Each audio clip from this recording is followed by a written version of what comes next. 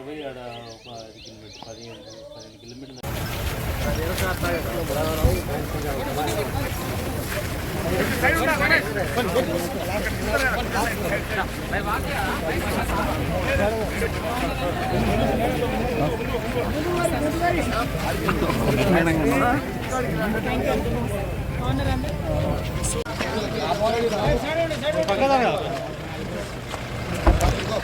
ఎక్కడ ఇల్లు madam sir మన వాళ్ళందరూ ఆగండి 5 నిమిషాలు బయట పలకరించి చూస్తారు ఇబ్బంది మంది నెట్టుకోకండి ఈ గ్రామస్తులు మన వాళ్ళు ఇక్కడ ఆగండి పలకరించి ఇబ్బంది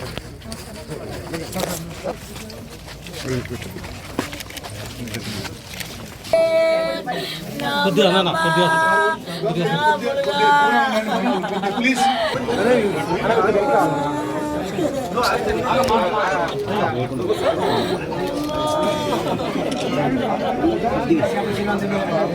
మీరు ఎక్కిరండి అయ్యో మీరు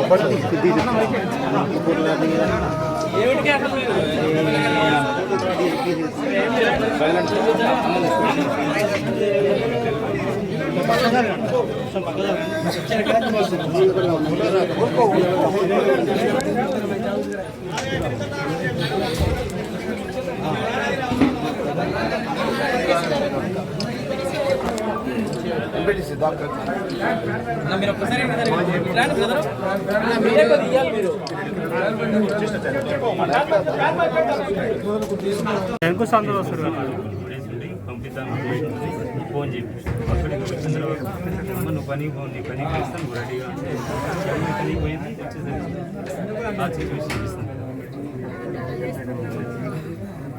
ఇంకా చిన్నప్పటి నుంచి మా మీద ఆదిరుతున్నాను.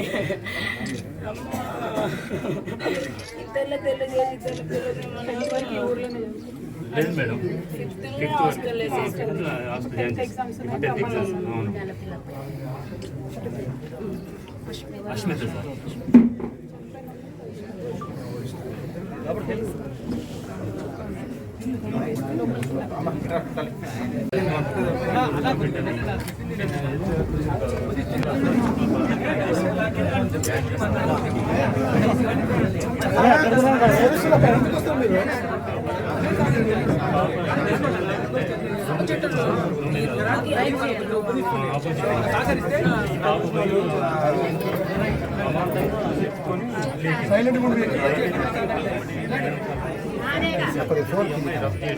ప్లస్ అమ్మాయి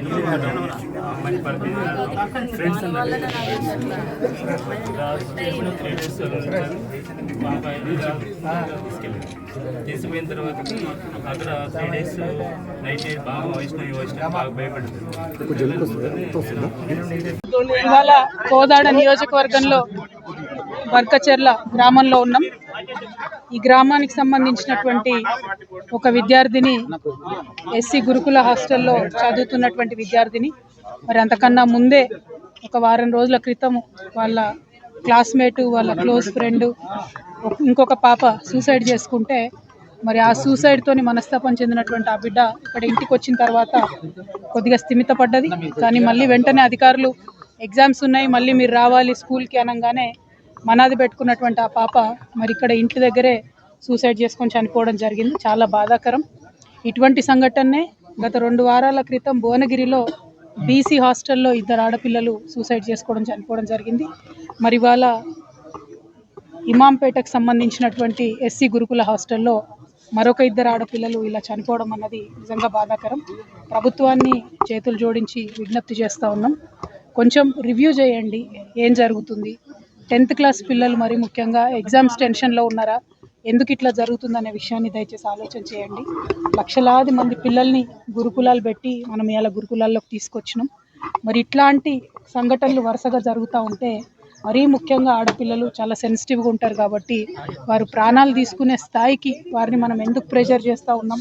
మరి గురుకులాల్లో ఏదైనా సిలబస్ బాగాలేదా, లేకపోతే కౌన్సిలర్స్ సంఖ్య తక్కువ ఉందా, లేకపోతే ఇంకేమైనా సౌకర్యాల వల్ల ఇబ్బంది ఉందా, ఇంకేదైనా రకమైన ఒత్తిడి ఉందా. దయచేసి ప్రభుత్వం ఇప్పుడు విద్యాశాఖకు సంబంధించి ప్రస్తుతం మంత్రివర్యులు లేరు కాబట్టి గౌరవ ముఖ్యమంత్రి వర్యులు ఒక్కసారి రివ్యూ చేసుకుంటే బాగుంటుందేమో, ఆడపిల్లల అంశం సెన్సిటివ్ అంశం, పైగా ఇప్పుడు ఎగ్జామ్స్ వచ్చేటటువంటి టైం కాబట్టి అన్ని సోషల్ వెల్ఫేర్ హాస్టల్స్ కూడా ఒక్కసారి రివ్యూ చేసుకొని కౌన్సిలర్స్ని పటిష్టంగా పెట్టి పరీక్షల్లో అత్యధిక ఉత్తీర్ణత శాతం సాధించే విధంగా విద్యార్థుల మీద ఉన్న మానసిక ఒత్తిడిని తొలగించే విధంగా ఉండాలని చెప్పి కోరుతా ఉన్నాను. అదేవిధంగా బర్కచెర్ల గ్రామస్తులందరికీ కూడా తెలియజేస్తూ ఉన్నాము, మరి ఈ బిడ్డ కుటుంబానికి బీఆర్ఎస్ పార్టీ తరఫున మేమందరం కూడా అండగా నిలబడతాం, వారికి ధైర్యాన్ని ఇస్తాం. అనాథగా మిగిలిపోయినటువంటి వారి తల్లిగారికి మేమందరం కూడా మనస్ఫూర్తిగా అండగా ఉంటామని తెలియజేస్తూ, వారి కుటుంబానికి బర్కచెర్ల గ్రామస్తులందరికీ కూడా తీవ్ర సంతాపాన్ని తెలియజేస్తూ మరొకసారి ప్రభుత్వాన్ని రిక్వెస్ట్ చేస్తూ ఉన్నాం. ఇది డిమాండ్ కాదు, పరీక్షల సమయం, పిల్లలందరూ కూడా ఒత్తిడిలో ఉండేటటువంటి సమయం.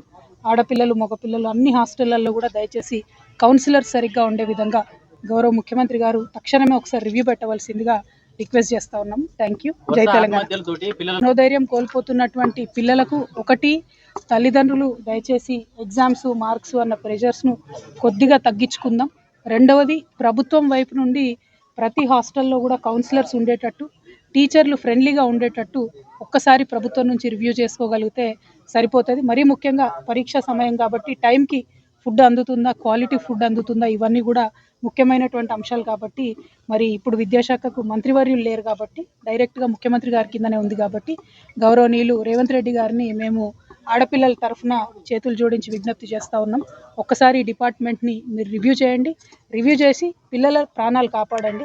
ఎందుకంటే పరీక్షలు తొందరలో వస్తాయి, మార్చి ఏప్రిల్ మే అన్నీ కూడా రకరకాల పరీక్షలు ఉంటాయి కాబట్టి గురుకుల హాస్టల్లో ఉన్నటువంటి పిల్లల మీద ప్రత్యేక శ్రద్ధ పెట్టవలసిందిగా కోరుతా ఉన్నాం.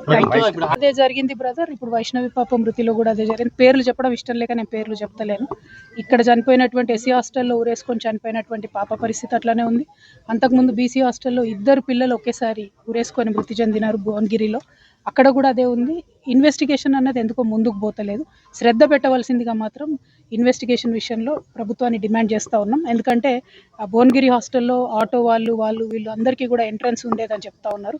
మరి ఇమాంపేటలో అటువంటి పరిస్థితులు వినబడలేదు, కానీ మరి ఎందుకు ఆ పాప ఊరేసుకొని చనిపోయింది అన్నది మాత్రం ఇన్వెస్టిగేషన్ ఫాస్ట్గా చేయాలి, విచారణకు ఒక కమిటీ వేయాలనేటటువంటి అంశాన్ని కూడా డిమాండ్ చేస్తాం. ప్రభుత్వం నిర్లక్ష్యంగా భావిస్తున్నారు మేడం? నిర్లక్ష్యం ఉన్నా సరి చేసుకోవాలి బ్రదర్, ఇది పిల్లల విషయం కదా. నేనేమంటున్నా అంటే అవకాశం దొరికిందని ప్రభుత్వం మీద బురద చల్లేటటువంటి అవసరం లేదు. ప్రభుత్వాన్ని ఏం కోరుతా ఉన్నామంటే, విద్యాశాఖ మంత్రి లేరు, మీరు నిన్నగా కియాలనే గవర్నమెంట్లోకి వచ్చిండ్రు కాబట్టి ముఖ్యమంత్రి గారు శ్రద్ధ పెట్టి రివ్యూ చేయాలని చెప్పి కోరుతా ఉన్నాం. రివ్యూ చేస్తే చాలు, కౌన్సిలర్లు గట్టిగా ఉంటే చాలు. ఎగ్జామ్ టైం కాబట్టి పిల్లలందరూ టెన్షన్లో ఉంటారు.